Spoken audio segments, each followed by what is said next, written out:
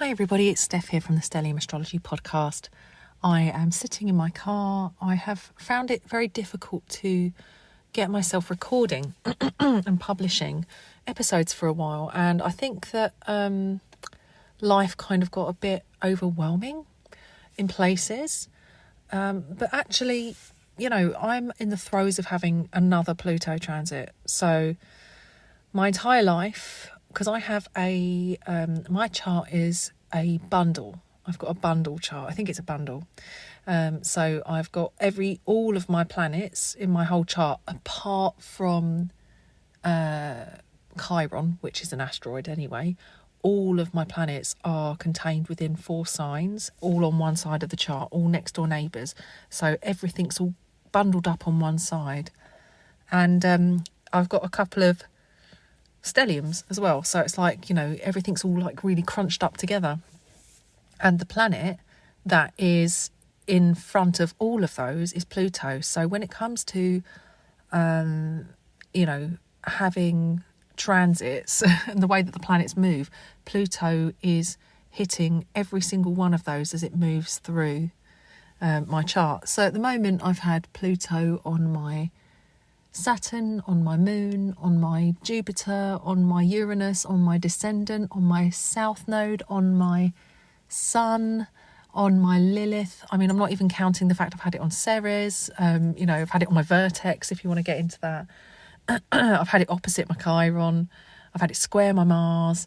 And he's just about to climb on top of, he is on top of my Mercury and my Venus. And Mercury is an important planet in my chart because I have Gemini rising. So what I'm kind of undergoing at the moment is an entire rethink of everything in my life. It's a really massive transit, and I think I spent so much time worrying about what Pluto to my sun was going to be like, and when it turned out to be what it was, which wasn't terribly awful at all.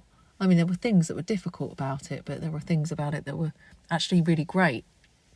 I stopped kind of worrying about what was going to happen and just enjoy the process a bit.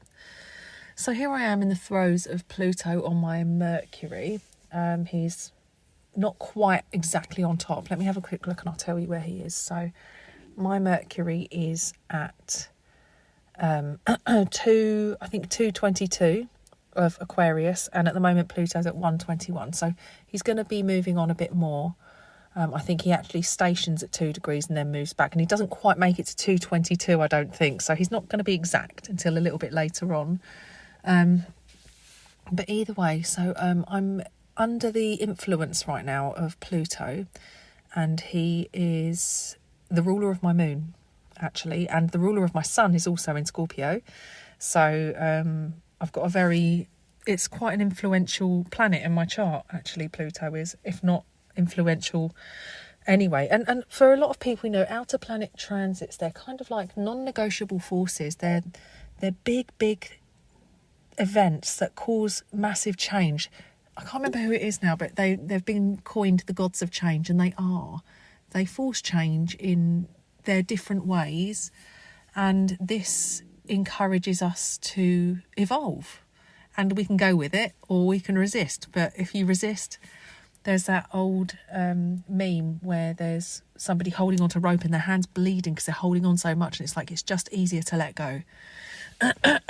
So a few things that I've been thinking about the transits that I'm experiencing, and I suppose the first, really ultimately what I'm learning, and especially since I've become a mum, is that life, and now I'm seeing it from the perspective of being a mum, it makes it much more pronounced, but it's as though life is just literally one process of letting go after the other. The ultimate act of letting go is giving up. I say give up, but when you decide that's it, I'm going to take my final breath, and it's almost like as though and I'm sorry if this is a triggering subject for some people, but say, somebody's life was taken for them, so say somebody was in a situation where they were, murdered, attacked, died accidentally in a fight, something like that. when people use the term, their life was taken from them, it's interesting to think of it in that respect as opposed to letting go. To think that, the process of letting go is a choice. It's an act that we take upon ourselves to surrender. Sounds very Neptunian, actually, that does. But there's a sense of just saying, I'm ready to. And if you think about the 12th sign of the zodiac, the 12th house, sorry, and the Neptune and the sign of Pisces, that sense of dissolution back into the collective soup of humanity, that kind of ice cube dissolving back into the water and becoming the form it once was before it became a tangible physical form on Earth. There is a sense of that with letting go. However, there is a sense of, with Pluto, there's definitely a letting go process. And I think with all of the gods of change, so Uranus, Neptune and Pluto, and I am having I'm having a lot of outer planet transits at the moment. So I'm having my Neptune square, my Pluto square, but also Pluto on my Mercury. And I'm having Uranus on my Chiron, trine my Sun. So there's, the gods of change are working hard on my chart right now. And what I'm noticing is this sense of, just, there is a sense of surrendering. There is a sense of just almost like the Chariot tarot card is what springs to mind a lot for me at the moment. Putting our hands up and saying, I can't force this. This is almost feels beyond my control. And nothing terrible's happening, actually. A lot of it is internalised stuff that's going on within me that feels like I am making choices to leave part of myself behind that no longer serves me. I did some work with a friend of mine who is a family constellations therapist. And I don't know if any of you know what family constellations are, but it's kind of like working with the ancestors. She's basically a shaman. And what she does is she helps you to connect with your ancestral lineage, either your like maternal or paternal side. And you work with the survival mechanisms and some of the fear-driven, I'm going to say survival mechanism, but also just behaviours and patterns that are passed down through generations, which once served one of your ancestors, but now no longer serves you in your daily life. But you've still got this thing that's happened which has caused them to behave or to think a certain way, and as a result you are carrying a limitation. And by forgiving and allowing your ancestor to carry that burden that was theirs and give it back to them rather than continuing to carry it forward in your life, you free yourself up. I've worked on my maternal side and my paternal side over the past year, in fact both in 2023, and I can't tell you the shifts that I've experienced are just incredible. It's just improved my relationships. It's improved my my relationships with my parents. It's improved my relationship with myself and my attitude towards what's possible in life. And it's so interesting that it's coinciding with this Pluto on my Mercury, which happens to rule with equal house division, my 4th house cusp. So obviously it's going to do something to connect with the root in my chart. Now obviously my IC's in a different sign because I'm talking about equal house here, but the great thing about using equal house system is that you have the benefit of using a floating MC-IC axis in the chart, so you get an added context, additional context and added depth to interpretation, not just with the midheaven and career and vocation, knowing where you're going, but also where you've come from. The kind of the family culture that you were brought into, and added depth and context about how you are comfortable, what your home life needs to be. Just gives you a lot of deeper understanding. So it will come as no surprise to you guys that actually, just as Pluto is going to be moving onto my Mercury, and Mercury rules my 4th house cusp, I'm having my bathroom done. By the way, my Mercury is in my 8th house, so the bathroom might be connected to 8th house Mercury issues. but it's causing a bit of a disruption. So we're having a bit of a renovation going on. We may even be doing the kitchen as well, sort of decorating the place. And this is often something that happens. You have a little makeover with Mercury, with Pluto, in some way or another. It kind of, I guess a great modern term is a glow up.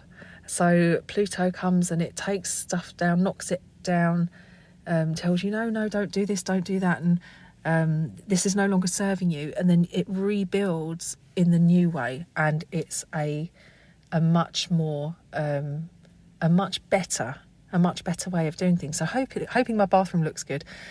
In another sense that's interesting, another correspondence that you might find interesting is that I've just had a colour analysis done, meaning, you can have colour and style analysis, because I was kind of felt in a bit of a funk since I've had a child. I just kind of feel like, I just don't really know what suits me anymore. It's like you shed a skin, you become somebody completely different. It's such a strange process having a child.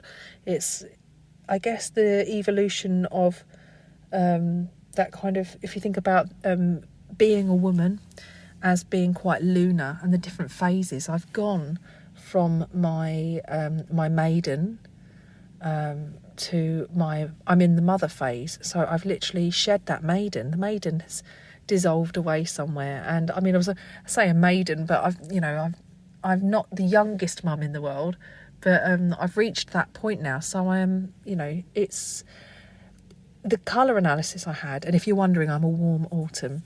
But the colour analysis I've had, it's almost given me permission to sort of like experiment and feel comfortable doing new things with clothes and style. So it's quite nice to have that. And funny that it's happening under the Pluto Mercury transit. By the way, if you can hear that noise in the background, somebody's cutting the grass. Looks like they might be coming past me actually, with the lawnmower. Oh, they've switched it off. So yeah, it's an interesting process. Definitely this Pluto to my Mercury, and I've got a Mercury and Venus conjunction as well. So it's kind of a double whammy for me. So it's quite it's affecting a lot of areas of my life. Mercury is my ascendant ruler, it's my 4th house ruler, and Venus is my 5th house ruler and my 12th house ruler. So I have got a lot going on here. Some of you may be aware, but I've started studying hypnotherapy, which is also something I would say is connected to being a 12th house person, and 12th and 8th really, it's kind of connected. So my Mercury Venus conjunction is in my 8th house, and it's just interesting how this transit's unlocking this need for me to get really deep and understand the thought processes and how we form our ideas and how we manage our fears, because hypnotherapy is mostly, in the context I've used it for, is mostly about learning how not to be frightened of doing something, and being frightened is limitation. What you're hearing is my Mercury and Venus in square to Saturn and Pluto. So now I'm having Pluto onto my Mercury and to my Venus. I'm having this transit where I can empower myself and hopefully empower other people to engage with a deeper state of consciousness and take control, make changes where they want to. And I know it works because I've done hypnobirthing when I had my little boy. I did loads of hypnobirthing beforehand. I had loads of hypnotherapy sessions, and I basically do hypnotherapy whenever I feel like I'm worried about something or nervous about something. I will either use hypnotherapy to help myself with something like simple, like an anxiety reducing one, or I'll actually book myself in with my wonderful hypnotherapist, Mary English, and have a little session with her, and we'll discuss things and she helps me out. And I just decided, I've been having hypnotherapy now for probably like 10, maybe even more than 10 years, maybe 11, 12 years. And I thought it's time to study it, it's time to do it. So I'm slowly but surely working through that, and that's part of my Pluto transit as well. So yeah, I thought you might find that kind of interesting. It's sort of like a mini update, but wrapped up in transits, I guess. But I suppose the other thing I wanted to say about Pluto is that, he's not necessarily all bad. He signifies, when we talk about change, I think he definitely signifies the ending of chapters, but that doesn't necessarily mean it's a bad thing. Sometimes the chapter has to end for you to start something new and exciting. And I know it's connected with the Death Tarot card, and I know that it's kind of, there's a sense of, I suppose we're frightened of endings because it feels definitive in some way, and it feels like it's over. And to an extent, endings are sad. But there's a lot of that at the moment with my Pluto square, with the transits I'm experiencing. I'm looking at parts of my life and I'm feeling that they're very clearly in the past. I'm looking back and thinking, wow, that was a whole time in my life that's been and gone. And Pluto kind of, when you get to this point where you feel that you're shifting and changing again, there's a sense of, I suppose with the midlife transits as well, there's a sense of like, I've reached a milestone in my life. Like with the Saturn return, you kind of get to a point and you think, oh my goodness, I've got this far and I've not really achieved anything, or I've not got where I want to be, or I've done everything I need and now I'm ready for the next phase. But with the midlife transits, it's like you get to a point where you're like, well, I've been doing this, I've been, plugging away at this for ages, but is this even who I am? Am I doing myself a disservice here? Should I be doing something that makes me happier, or should I be getting more serious about life now and thinking about planning for my retirement? I'm a kind of halfway point here and I don't want to waste any more time. So there's this very interesting sort of internalized shift that occurs during these midlife transits, and you suddenly you look and you feel miles away from really young people, and you recognize that your fashions and your trends and your youth is now kind of having its second revival. And I was born in the 80s, but I grew up in the 90s really, and that's all having its moment now. And watching it all, and I think, oh yeah, it doesn't feel like it was that long ago for me. But somebody pointed out to me, the 90s are as far away from us now as the 60s were when I was a teenager and I was into the 60s and it was all fashionable. So it's like this weird echo of, oh my God, is this where I am? I've hit this point that is officially kind of old, even though some people who are listening might be thinking, oh, that's not old at all. But you reach that point and it kind of, that's how it affects you. But Pluto is the ending of certain things, but it's almost like an encore. It's just before the encore. So there's like, you have a chance to say your goodbyes, put things behind you and say, okay, I had my fun there. That was a really nice experience. And now it's time to move on and willingly accept that it's time for change. Or, like I said, dragging your heels. And then you there's often a second chance with Pluto. It's like, you don't have to say goodbye to this. You can do it in a different way. Evolve, transform, change it slightly. Amend your process. Keep a bit of it. It is part of who you are anyway. So, continue.